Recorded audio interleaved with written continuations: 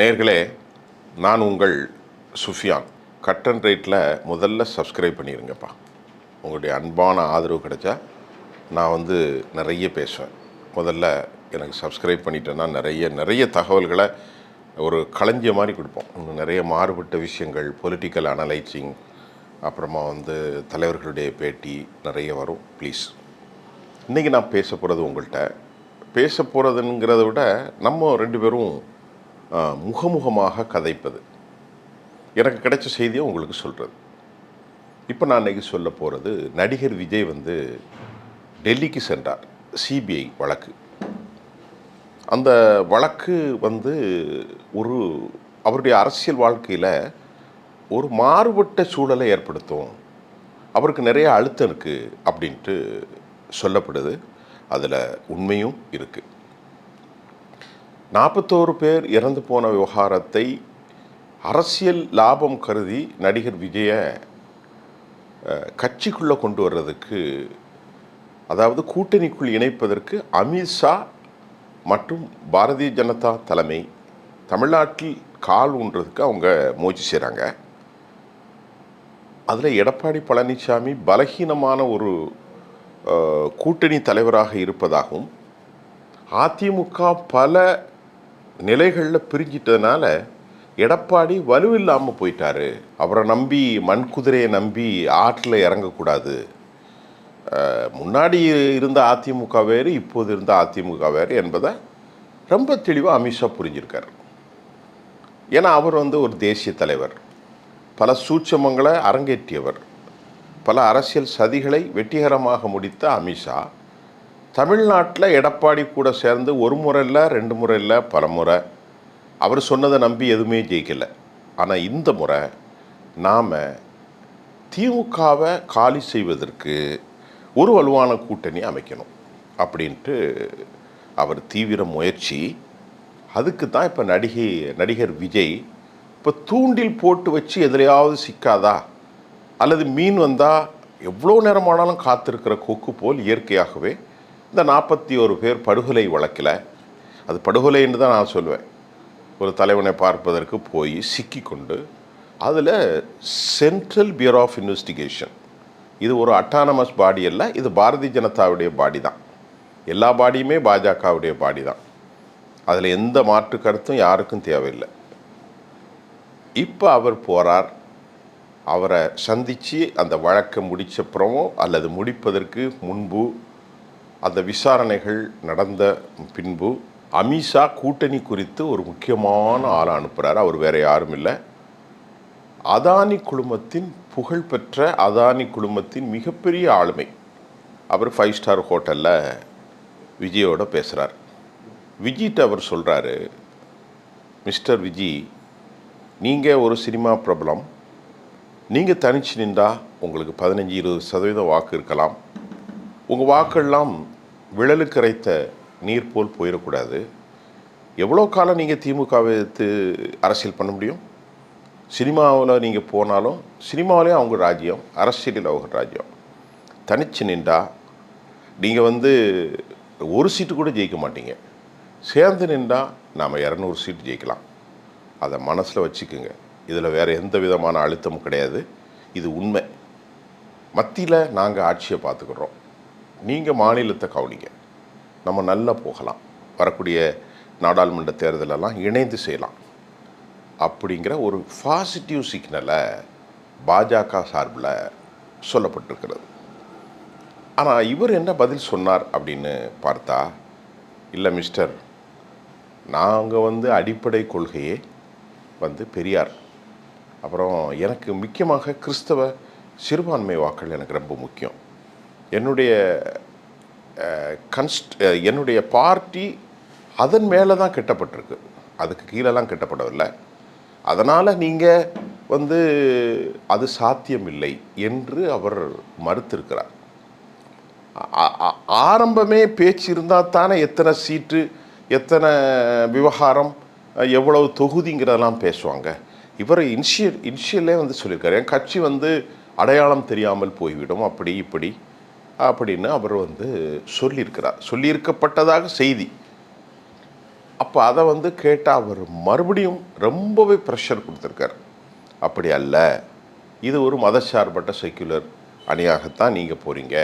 பாஜக உங்கள் கூட இணைஞ்சிருக்கே தவிர பெரிய கட்சிகளான அதிமுக உங்களுக்கு தலைமை இருக்கிறது. என்டிஏ அலையன்ஸில் நம்ம எல்லாரும் இணைஞ்சிருக்கிறோம் அப்படிங்கிற மாதிரி இவரை கன்வீனியன்ஸ் பண்ணுறதுக்கு அவங்க வந்து ரொம்ப அந்த பார்ட்டி முயற்சி செய்கிறாங்க.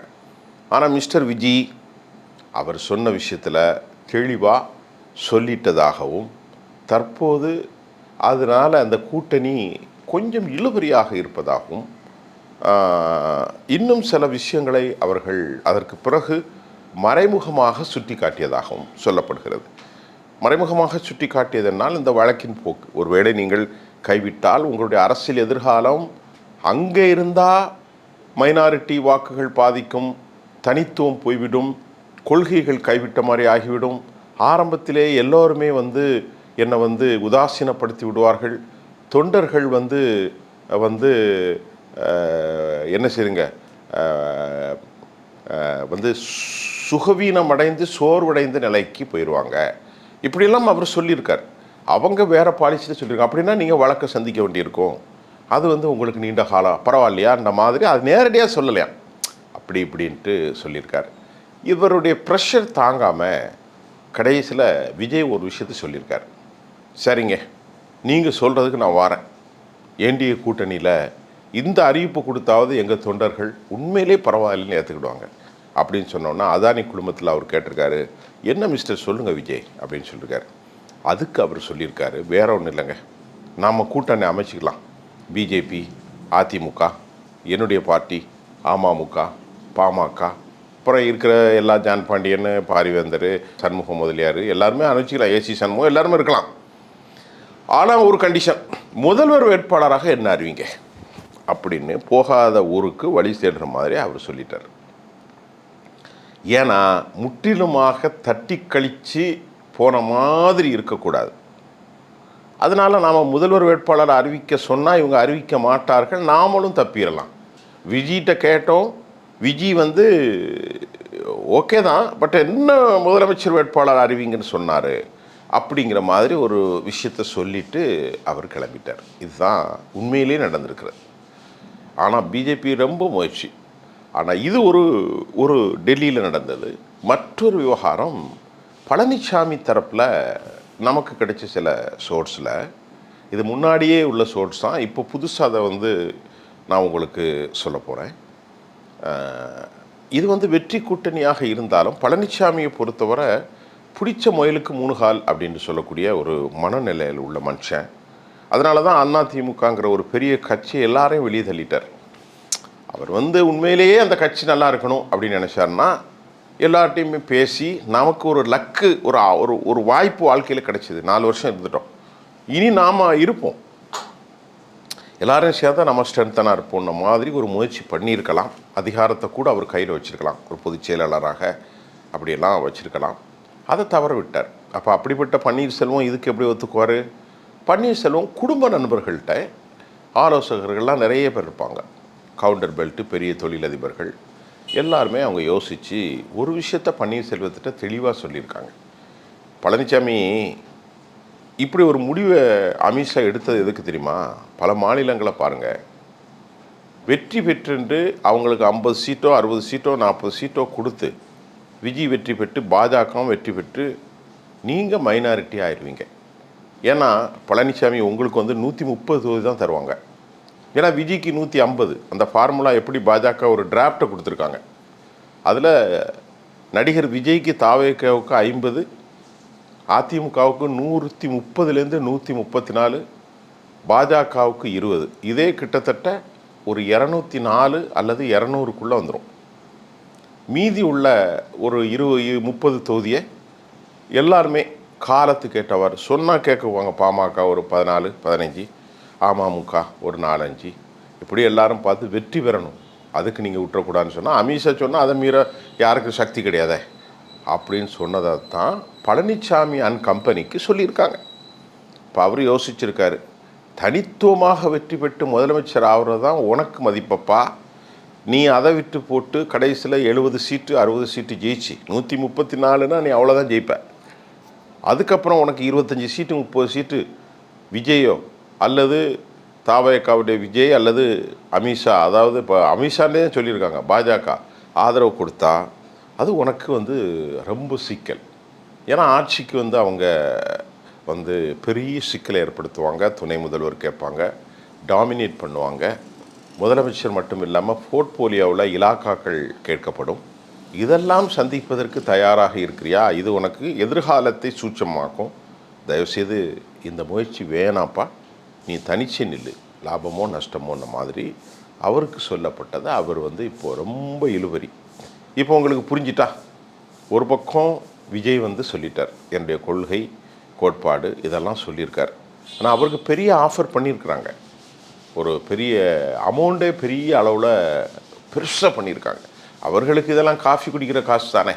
1000 ரூபா கொடுக்குறது, 2000 ரூபா கொடுக்குறது, கட்சிக்கு செலவு பண்ணுறது, இதெல்லாம் நல்லா பண்ணியிருக்கிறாங்க. வருங்காலம் திமுக ஏற்று நிற்கலாம், சிபிஐ வழக்கிலேருந்து விடுபடலாம், படத்தை வெளியிட்டுடலாம், செலவுக்கு பணம், நல்ல வேட்பாளரை போடுங்க, சென்ட்ரல் சப்போர்ட் ஃபுல்லாக இருக்கும், நாங்கள் மத்தியில் இருக்கோம், நீங்கள் கீழே பார்த்துக்குங்க. அற்புதமான ஆஃபர். விஜய் கடைசியில் எல்லாத்தையும் கேட்டு என்ன முதலமைச்சர் ஆறுவீங்க. இங்கே கேட்டால் பழனிசாமி என்ன அழுத்துறதுக்கு அமித்ஷா திட்டம் எல்லாத்தையும் கொடுத்துட்டு நான் மைனாரிட்டி அரசாக இருக்க மாட்டேன், அதனால் அது சரி வராது. அது வெற்றி பெற்றால் பாஜக டாமினேஷன் ஆயிடும். அதனால் அவங்க டாமினேஷன் பண்ணால் துணை முதல்வர் கேட்பாங்க, உள்துறை கேட்பாங்க, ஃபினான்ஸ் கேட்பாங்க, ஜெயிக்க முன்னாடியே குழி வெட்டுற கதை இப்படின்னு அவர் சொல்லிட்டாங்க. இதுதான் தற்போதைய ஒரு நிலை. இது மாறலாம், மாறாமலும் போகலாம். இது நமக்கு கிடைச்சிருக்கிற டெல்லி மற்றும் தமிழ்நாட்டில் முக்கிய சோர்ஸ்களுடைய செய்தியாக நாங்கள் பார்க்குறோம். இது சில பத்திரிகைகளில் கூட அரசியல் புரசலாக வந்திருக்கலாம் அல்லது வரும். ஏன்னா ஒரே மூலத்துலேருந்து தான் பல செய்திகள் வருகிறது. அவர்களே கசிய விட்டுருவாங்க. இப்போ நாம் போய் யூகம் பண்ணி சொல்கிறத விட இந்த செய்தி மக்களுக்கு போய் சேரணுன்னு கசிய விடுவாங்க. அப்படி கிடைச்ச ஒரு சோர்ஸ் தான். மீண்டும் அடுத்த செய்தியில் நான் உங்களை சந்திக்கின்றேன். இன்றைக்கு நாம் இதிலிருந்து விடைபெறுகிறோம். நாளை மற்ற செய்திகளோடு சந்திப்போம். நன்றி.